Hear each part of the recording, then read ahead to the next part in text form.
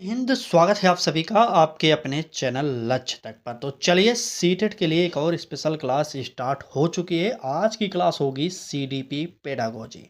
अगर आपको भी सीडीपी पेडागोजी से डर लगता है तो यह एक क्लास देखिए और आपका डर समाप्त होगा। कुछ महत्वपूर्ण प्रश्नों के साथ आज हम आपके सामने फिर से उपस्थित हो चुके हैं। तो देखिए इस प्रकार के कई सारे प्रश्नों पर आज की इस क्लास में चर्चा की जाएगी। चलिए लेट ना करते हुए क्लास को शुरू करेंगे और आज की क्लास का पहला प्रश्न देखेंगे। पूछा क्या गया है देखिए, कह रहा है कि बाल केंद्रित शिक्षण का मुख्य उद्देश्य क्या है। एकदम ध्यान से देखिएगा पूरी क्लास को। आपसे हाथ जोड़कर विनम्र निवेदन करते क्योंकि आज हम इस क्लास में पूरा सीडीपी का ट्रिक बताने वाले हैं। कौन सा पॉजिटिव शब्द हो सकता है, कौन सा निगेटिव होता है, किस प्रकार से उत्तर निकालते हैं, सारी बातों पर आज चर्चा की जाएगी। ध्यान दीजिएगा, हर एक प्रश्न इंपॉर्टेंट है। ठीक है। बाल केंद्रित शिक्षण का मुख्य उद्देश्य क्या है? ए ऑप्शन को ध्यान से पढ़िए। कह रहा है कि शिक्षक को अधिक सक्रिय बनाना। बी ऑप्शन कह रहा है कि विद्यार्थी के सर्वांगीण विकास को बढ़ावा देना। और सी ऑप्शन कह रहा है कि केवल परीक्षा में अंक बढ़ाना। और डी ऑप्शन कह रहा है कि अनुशासन बनाए रखना। चलें, अब आप देखिए ट्रिक कैसे लगाते हैं। देखिए यहाँ पर डी ऑप्शन से शुरुआत करेंगे क्योंकि यहाँ पर कह रहा है अनुशासन बनाए रखना। हमने आपसे पहले ही कहा था कि आप छोटे बच्चों को अनुशासित नहीं कर सकते। अगर अनुशासित ज़्यादा करेंगे तो बच्चे डर जाएंगे और डर जाएंगे तो कुछ सीखेंगे नहीं। इसलिए ये नेगेटिव शब्द है, इसलिए डी ऑप्शन को काट दीजिए। और सी ऑप्शन कह रहा है कि केवल परीक्षा में अंक बढ़ाना। अंक बढ़ाने की बात अगर की जाए तो अपने आप में यह नेगेटिव होता है। सीटेट ऐसे आंसरों को कभी सही नहीं मानता, इसलिए हम सी ऑप्शन को काटेंगे। अब देखिए कुछ लोग यहाँ पर बिना पढ़े बिना समझे ए ऑप्शन उत्तर दे रहे हैं। भाई साहब यहाँ पर शिक्षक कहा गया है, शिक्षार्थी नहीं कहा गया। शिक्षक की बात किया जा रहा है।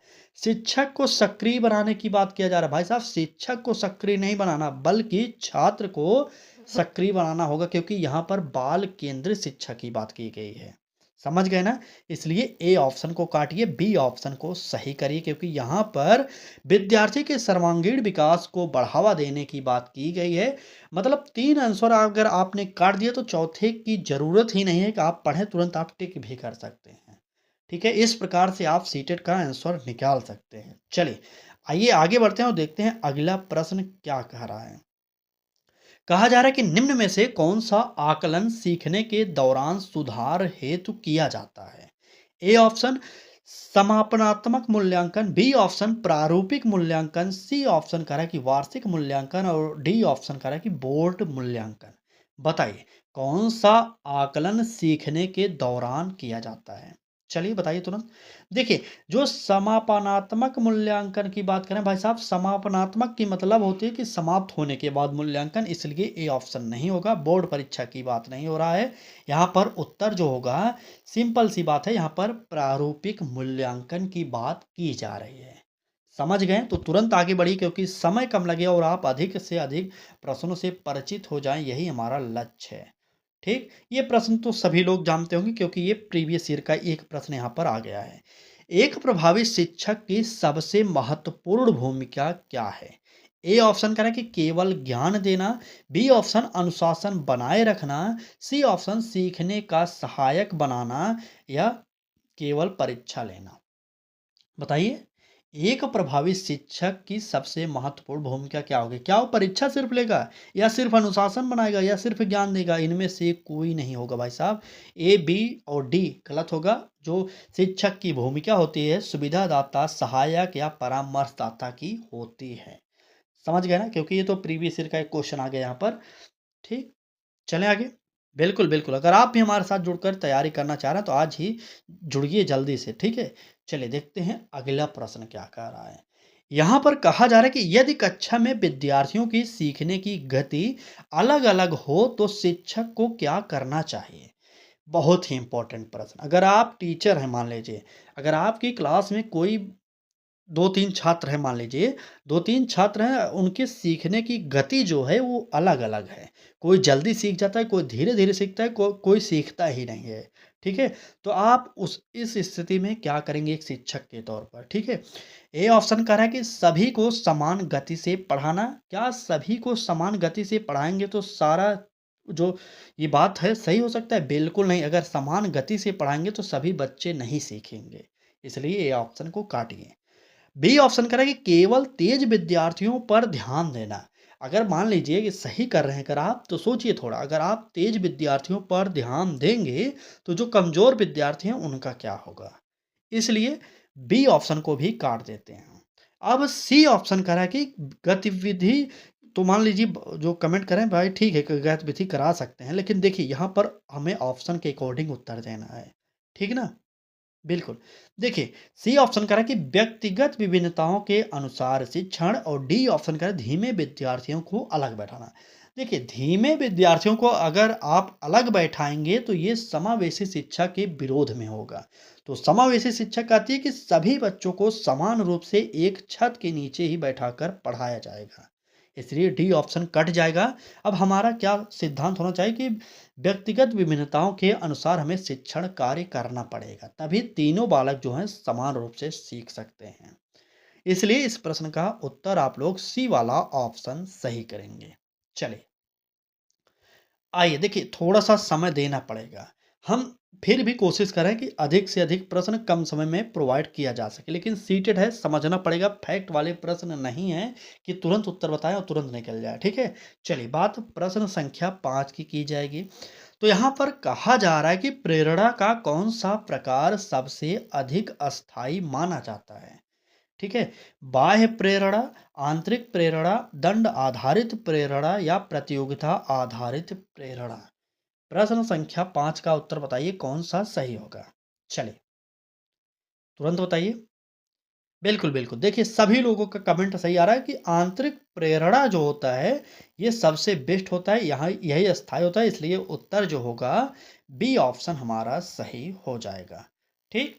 चलिए, आगे बढ़ते हैं। अगला प्रश्न देखिए, कह रहा है कि सीखने का सर्वोत्तम वातावरण कैसा होता है? आप तो इस प्रश्न का उत्तर दे दीजिए।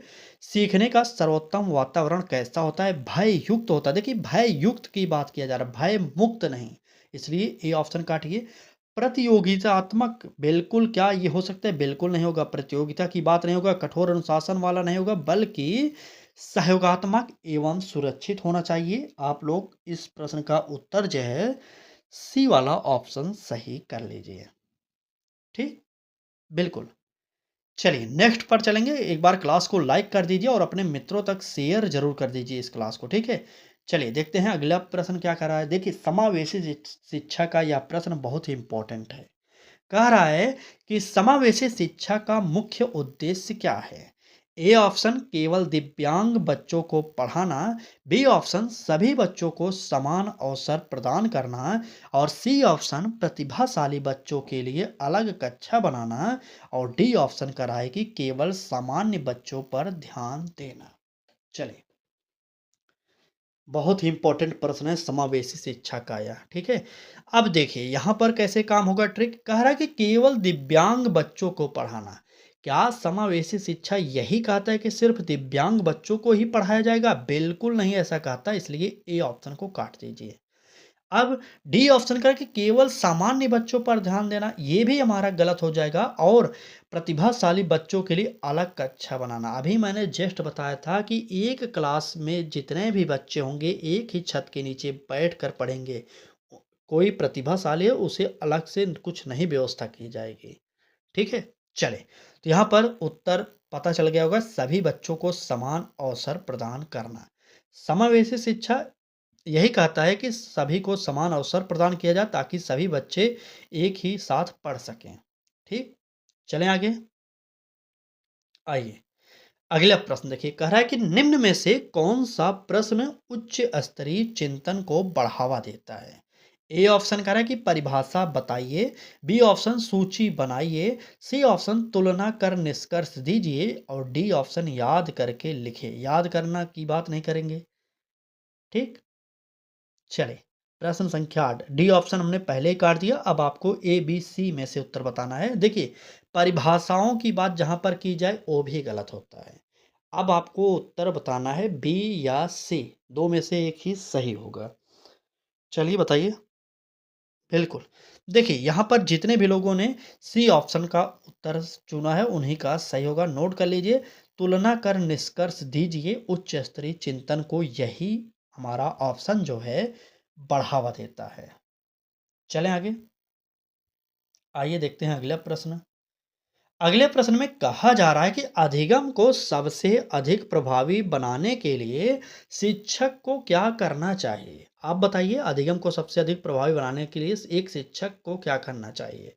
ए ऑप्शन केवल व्याख्यान देना, बी ऑप्शन विद्यार्थियों को सक्रिय सहभागिता का अवसर देना, सी ऑप्शन केवल गृह कार्य देना और डी ऑप्शन केवल पुस्तक पढ़ाना।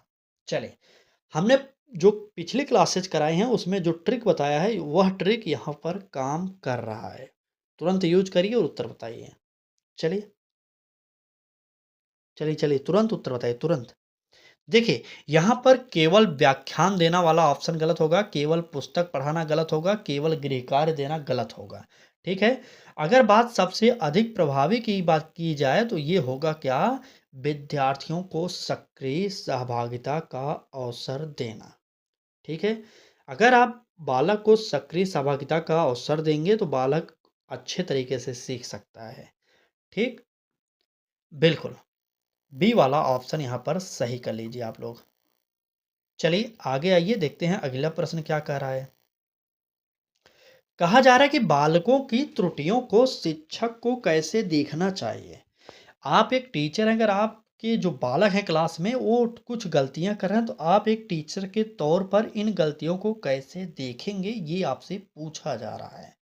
समझ गए? तो बताइए। ऑप्शन देखिए, कह रहा है कि दंड देने का आधार, बी ऑप्शन कह रहा है कि सीखने की प्रक्रिया का संकेत, सी ऑप्शन अनुशासनहीनता का प्रमाण और डी ऑप्शन असफलता का कारण। चलिए देखते हैं कितने लोग उत्तर सही बताते हैं, तुरंत बताइएगा। देखिए, दंड देने का आधार, दंड की बात आप सीटेट में तो भूल ही जाइए। बालकों को आप दंड नहीं दे सकते। ठीक है। असफलता का कारण नहीं मानेंगे और अनुशासनहीनता का ये प्रमाण नहीं होता। क्या होता है? सीखने की प्रक्रिया का संकेत होता है, यानी कि हमारा यहाँ पर क्या होगा, बी वाला ऑप्शन सही होगा। ठीक, बी ऑप्शन। चलें आगे।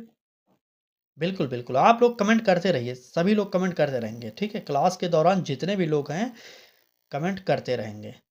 चलिए अगला प्रश्न देखिए। कह रहा है कि रचनात्मकता को बढ़ावा देने के लिए शिक्षक को क्या करना चाहिए। बहुत ही इंपॉर्टेंट प्रश्न है। ए ऑप्शन का है केवल एक सही उत्तर स्वीकार करना, बी ऑप्शन कह रहा है कि प्रश्न पूछने और नए विचार व्यक्त करने के अवसर देना, सी ऑप्शन कह रहा है केवल रटने पर बल देना और डी ऑप्शन कह रहा है कि अधिक गृह कार्य देना। चलिए, प्रश्न संख्या 11 का उत्तर क्या होगा, सही बताइए तो। चलिए तुरंत उत्तर कमेंट बॉक्स में बताइए कौन सा सही होगा यहाँ पर। देखिए, अगर देखिए यहाँ पर कहा क्या गया, ए ऑप्शन में कह रहा है कि केवल एक सही उत्तर स्वीकार करना, यानी ये गलत हो जाएगा। केवल रटने पर बल देना, यानी ये भी गलत होगा। अधिक गृह कार्य देना, ये भी गलत होगा। अगर बात रचनात्मकता की जाए या सृजनात्मकता की जाए तो नोट करिएगा, उत्तर होगा प्रश्न पूछने और नए विचार व्यक्त करने के अवसर देना। समझ आया ना? बताइए। बिल्कुल, बी वाला ऑप्शन सही होगा। नोट करिएगा, यहाँ पर उत्तर जो होगा इस प्रश्न का बी वाला ऑप्शन सही होगा। चलिए आइए आगे देखते हैं अगला प्रश्न क्या कह रहा है। कहा जा रहा है कि सतत एवं व्यापक मूल्यांकन, जिसे आप शॉर्टकट में सीसीई कहते हैं, ठीक है, का प्रमुख उद्देश्य क्या है। बहुत ही इंपॉर्टेंट यह भी है प्रश्न, सतत एवं व्यापक मूल्यांकन का प्रमुख उद्देश्य क्या है, बताइए। ए ऑप्शन कह रहा है कि केवल वार्षिक परीक्षा लेना, बी ऑप्शन कह रहा है कि सीखने की निरंतर निगरानी एवं सुधार करना और सी वाला ऑप्शन कह रहा है केवल अंक देना, डी ऑप्शन विद्यार्थियों की तुलना करना। चलिए बता दीजिए। चलिए जल्दी से बताइए, कमेंट करिए, सभी लोग कमेंट करेंगे, एक तरफ से सब लोग कमेंट करेंगे। चलिए देखिए, यहाँ पर केवल वार्षिक परीक्षा लेना, ए ऑप्शन हमारा गलत होगा। केवल अंक देना निगेटिव है, विद्यार्थियों की तुलना आप करेंगे नहीं। अभी हमने पिछले प्रश्नों के माध्यम से इन सभी को काटा था, आप देखे होंगे, तो उत्तर जो निकलेगा वो होगा क्या, सीखने की निरंतर निगरानी एवं सुधार करना। चले आगे। आइए, प्रश्न संख्या 13 को देखिए क्या कह रहा है। कह रहा है सहयोगात्मक अधिगम में क्या प्रमुख होता है। सहयोगात्मक अधिगम में प्रमुख क्या होता है ये आपसे पूछा जा रहा है। ए ऑप्शन व्यक्तिगत प्रतियोगिता, बी ऑप्शन समूह में मिलकर सीखना, सी ऑप्शन केवल शिक्षक का व्याख्यान और डी ऑप्शन केवल लिखित परीक्षा। चलिए तुरंत बताइए कौन सा सही होगा। सहयोग की बात किया जा रहा है तो यहाँ पर सिंपल सी बात, जहाँ पर लिखित परीक्षा की बात होगा काट दीजिए, जहाँ पर शिक्षक केवल व्याख्यान देगा काट दीजिए, जहाँ पर व्यक्तिगत प्रतियोगिता, व्यक्तिगत का मतलब होता है अकेले, ठीक, तो यहाँ पर समूह में मिलकर सीखना यानी कि बी वाला ऑप्शन सही होगा। देखिए सीटेट की बात किया जाएगा तो सीटेट का पेपर इतना टफ नहीं होता, आप प्रश्नों को देखकर डर जाते हैं, इसलिए अभी समय है, आप अधिक से अधिक प्रैक्टिस सेट को लगाइए, तब देखेंगे आप कि जैसे ही परीक्षा में बैठेंगे आपको उत्तर मिल जाएगा।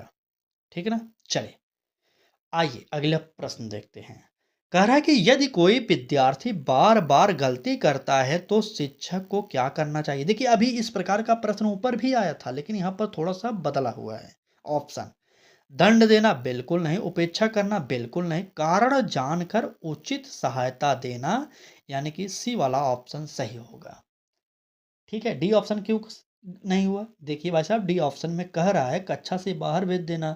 हमने क्या बताया कि समावेशी शिक्षा कहती है कि सभी बालकों को एक छत के नीचे पढ़ाया जाएगा। ठीक, बिल्कुल। तो यहाँ पर डी ऑप्शन इसलिए गलत होगा। आगे बढ़ते हैं, देखते हैं अगला प्रश्न क्या कह रहा है। चलिए कहा जा रहा है यहाँ पर कि अधिगम को अर्थपूर्ण बनाने के लिए शिक्षक को क्या करना चाहिए।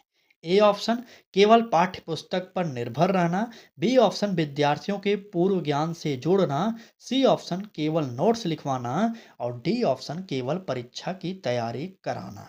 बता दीजिए प्रश्न संख्या 15 का उत्तर क्या होगा, सभी लोग कमेंट बॉक्स में बताएंगे।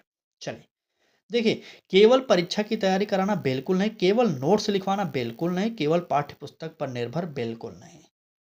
सभी केवल केवल वाले ऑप्शनों को काटिए और तुरंत उत्तर निकल जाएगा क्या, विद्यार्थियों के पूर्व ज्ञान से जोड़ना, यानी कि बी वाला ऑप्शन सही हो जाएगा। ठीक है ना, बिल्कुल। चलिए तुरंत आगे बढ़ते हैं, देखते हैं अगला प्रश्न। बस कुछ प्रश्न और हैं देख लीजिए, क्योंकि हम क्लास बहुत बड़ी नहीं कराएंगे, हो सकता है आप भाग जाएं। आपको भागना नहीं, जो भी हम करा रहे हैं समझते हुए चलिए। सिर्फ 2-3 क्लासेस देख लीजिए, आपको पता चल जाएगा कि हाँ हम यहाँ से पढ़कर पास होंगे कि नहीं। ठीक है, अपने तरफ से पूरी कोशिश की जा रही है कि आप समझिए अच्छे तरीके से। फिर भी अगर आपको समझ में नहीं आ रहा तो कमेंट बॉक्स में ज़रूर बताइए, क्या समझ में नहीं आया ये भी आप बता सकते हैं। ठीक, चलिए देखिए प्रश्न क्या कर रहा है कि कक्षा में प्रश्न पूछने का मुख्य उद्देश्य क्या है। समय व्यतीत करना, देखिए ये नेगेटिव हो जाएगा काट दीजिए। केवल अनुशासन की बात कर रहा है काट दीजिए, केवल अंक देने की बात कर रहा है काटिए। अभी तक तो इस क्लास में 15 प्रश्न पढ़ा दिए और 15 प्रश्न का हमने ट्रिक भी बताया, तो यहाँ पर आप डायरेक्ट काटते हैं उत्तर, यहाँ पर सी हो जाएगा। ठीक, सोचने और समझने को प्रोत्साहित करना। आइए आगे बढ़ते हैं, क्या कह रहा है अगला प्रश्न देखिए। कह रहा है कि निम्न में से कौन सी विशेषता एक अच्छे मूल्यांकन की है। ए ऑप्शन पक्षपात पूर्ण होना, देखिए पक्षपात पूर्ण होने की बात कर रहा है, अगर क्या पक्षपात होगा मूल्यांकन तो सही होगा, बिल्कुल नहीं होगा। केवल स्मृति पर आधारित होना, बिल्कुल नहीं, स्मृति मतलब होता है रटने पर आधारित, तो भी नहीं होगा। केवल लिखित होना, बिल्कुल नहीं। वैध एवं विश्वसनीय होना, ये सबसे बेस्ट होगा। ठीक है, ये प्रश्न थोड़े से सरल आ गए, इसके लिए हम माफ़ी चाहेंगे अगर आपको सरल लग रहे होंगे। सरल हैं नहीं, आपकी प्रैक्टिस अच्छी हुई है इसलिए आपको सरल लग रहे हैं। ठीक है, चलिए आ गया थोड़ा सा टफ प्रश्न, इसका उत्तर बताइए। चलिए फटाक से बताइए। कह रहा है कि बहुभाषी कक्षा में शिक्षक को क्या करना चाहिए। बहुभाषी कक्षा है और उसमें शिक्षक है, उसे क्या करना चाहिए ये आपको बताना है। केवल एक भाषा का प्रयोग, भाई साहब जब बहुभाषी कक्षा है तो वहाँ पर एक भाषा का प्रयोग क्यों करेंगे, इसलिए ए ऑप्शन को तुरंत काटिए। ठीक, बी ऑप्शन विद्यार्थियों की भाषाई विविधता का सम्मान करना, ये हो सकता है। और सी वाला ऑप्शन कह रहा है कि मातृभाषा पर प्रतिबंध लगाना। बिल्कुल नहीं, मातृभाषा जो बच्चों की संचयी पूंजी होती है उस पर प्रतिबंध आप नहीं लगा सकते। ठीक ना, और गलत भाषा बोलने पर दंड देना, तो ये भी नहीं होगा। बालक हैं, छोटे बच्चे हैं, वो गलत बोल भी सकते हैं, आप दंड नहीं देंगे। धीरे-धीरे सुधार हो जाएगा। इसलिए उत्तर जो होगा हमारा बी वाला ऑप्शन सही होगा, विद्यार्थियों की भाषाई विविधता का सम्मान करना। ठीक? चलिए, आगे आइए देखते हैं अगला प्रश्न क्या कह रहा है। यहाँ पर कहा जा रहा है कि सीटेट के अनुसार प्रभावी अधिगम कब होता है? बहुत ही इंपॉर्टेंट। सीटेट के अनुसार प्रभावी अधिगम कब होगा? जब विद्यार्थी निष्क्रिय रहे। भाई साहब, जब विद्यार्थी निष्क्रिय रहेगा तो प्रभावी अधिगम होगा कैसे? इसलिए इसे काटेंगे। अब कह रहा है बी ऑप्शन, जब केवल शिक्षक बोले। जब केवल शिक्षक बोलेगा तब भी हमारा प्रभावी अधिगम नहीं होगा। समझ गए? अब डी ऑप्शन कह रहा है जब केवल परीक्षा हो, बिल्कुल नहीं। उत्तर सिंपल सा है, सी वाला हो गया। जब विद्यार्थी सक्रिय रूप से सीखने में भाग ले, अपने मन से सीखने के लिए भाग लें, तब बालक अच्छे तरीके से और जल्दी सीख भी जाता है। आइए आगे बढ़ते हैं, देखते हैं अगला प्रश्न क्या कह रहा है। चलिए, कह रहा है कि बालकों की जिज्ञासा को बढ़ाने का सर्वोत्तम तरीका क्या है? ए ऑप्शन कह रहा है उत्तर याद करवाना। बार बार ये आएगा, आपको ध्यान देना पड़ेगा, काट दीजिए। प्रश्न पूछने और खोज करने के अवसर देना, ये हो सकता है। अधिक दंड देने की बात कर रहा है, काटिए। केवल गृह कार्य देने की बात कर रहा है, काट दीजिए।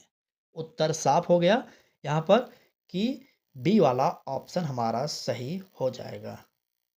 ठीक, चले, तो ये रहा आज की क्लास आपको कैसी लगी ज़रूर बताइएगा कमेंट बॉक्स में। अगर आप भी हमारे साथ जुड़कर तैयारी करना चाह रहे हैं, तो चाहे आप हमारे यूट्यूब चैनल से जुड़िए, चाहे फेसबुक के पेज से जुड़िए, आप जल्दी से जुड़िए और तैयारी आज से ही स्टार्ट कर दीजिए। अगर अभी तक आपने हमारी पिछली क्लासेज को नहीं देखा तो एक बार प्लेलिस्ट पर विजिट करिए, ज़रूर देखिए। ठीक है? तो चलिए, आज की इस क्लास को यहीं पर समाप्त करते हैं। कल फिर एक नए क्लास के साथ मुलाकात होगी, तब तक के लिए धन्यवाद।